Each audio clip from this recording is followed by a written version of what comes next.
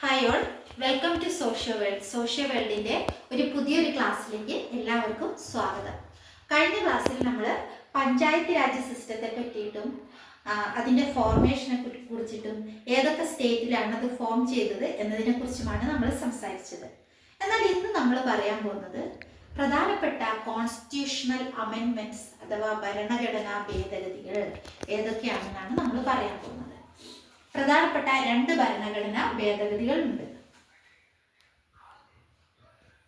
ഒന്ന് 73 ഒന്ന് 74. രണ്ട് പ്രധാനപ്പെട്ട ഭരണഘടനാ ഭേദഗതികളാണുള്ളത്, 73 74. 73rd കോൺസ്റ്റിറ്റ്യൂഷണൽ അമെൻമെന്റ് അറിയപ്പെടുന്ന മറ്റൊരു പേരാണ് panchayat raj system.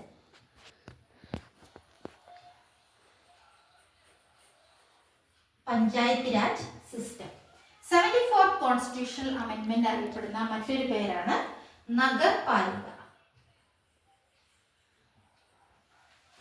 73rd constitutional അമെൻമെന്റ് അറിയപ്പെടുന്നത് പഞ്ചായത്ത് രാജ് സിസ്റ്റം എന്നും 74th കോൺസ്റ്റിറ്റ്യൂഷണൽ അമെൻമെന്റ് അറിയപ്പെടുന്ന പേരാണ് നഗർപാലിക സിസ്റ്റം എന്നും.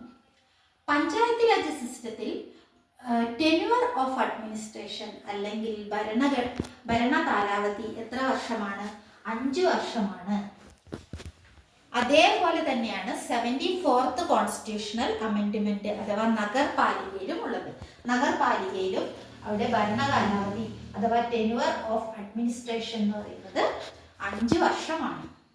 അതുപോലെ തന്നെ രണ്ടിൻ്റെയും തമ്മിലുള്ള വേറൊരു സിമിലാരിറ്റി ആണ് റെപ്രസെന്റേഷൻ ഓഫ് വുമൺ. വനിതകളുടെ പ്രാതിനിധ്യം, വുമണിന്റെ പ്രാതിനിധ്യത്തിന് അവര് ഇമ്പോർട്ടൻസ് കൊടുത്തിട്ടുണ്ട് എന്നത്.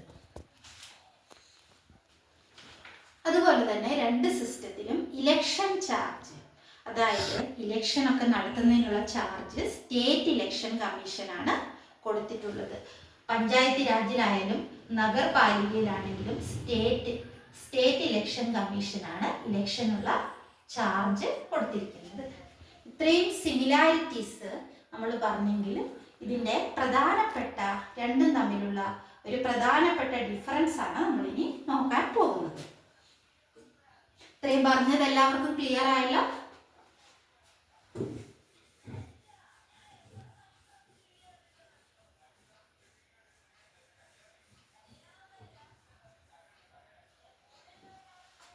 ഓക്കെ. പഞ്ചായത്ത് രാജ്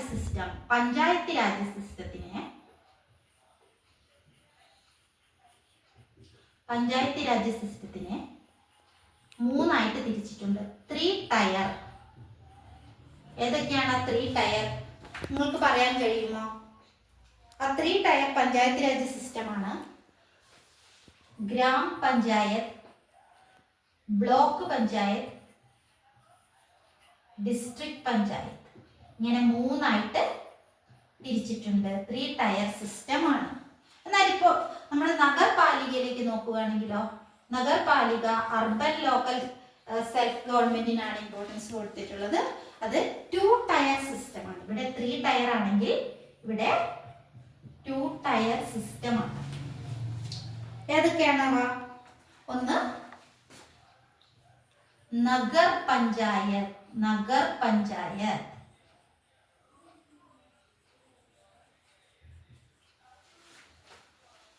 മറ്റേതോ മുനിസിപ്പൽ കൗൺസിൽ. രണ്ടായിട്ട് തിരിച്ചിട്ടുണ്ട്, നഗർ പഞ്ചായത്തും മുനിസിപ്പൽ കൗൺസിലും.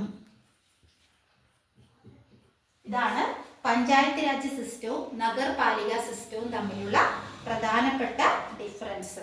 3 ടയർ സിസ്റ്റം ആണെങ്കിൽ മറ്റേത് 2 ടയർ സിസ്റ്റമാണ്.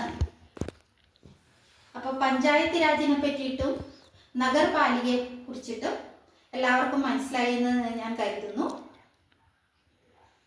ഓക്കെ. അപ്പോൾ അടുത്തൊരു ക്ലാസ്സിൽ മറ്റൊരു വീഡിയോയുമായി വീണ്ടും കാണാം.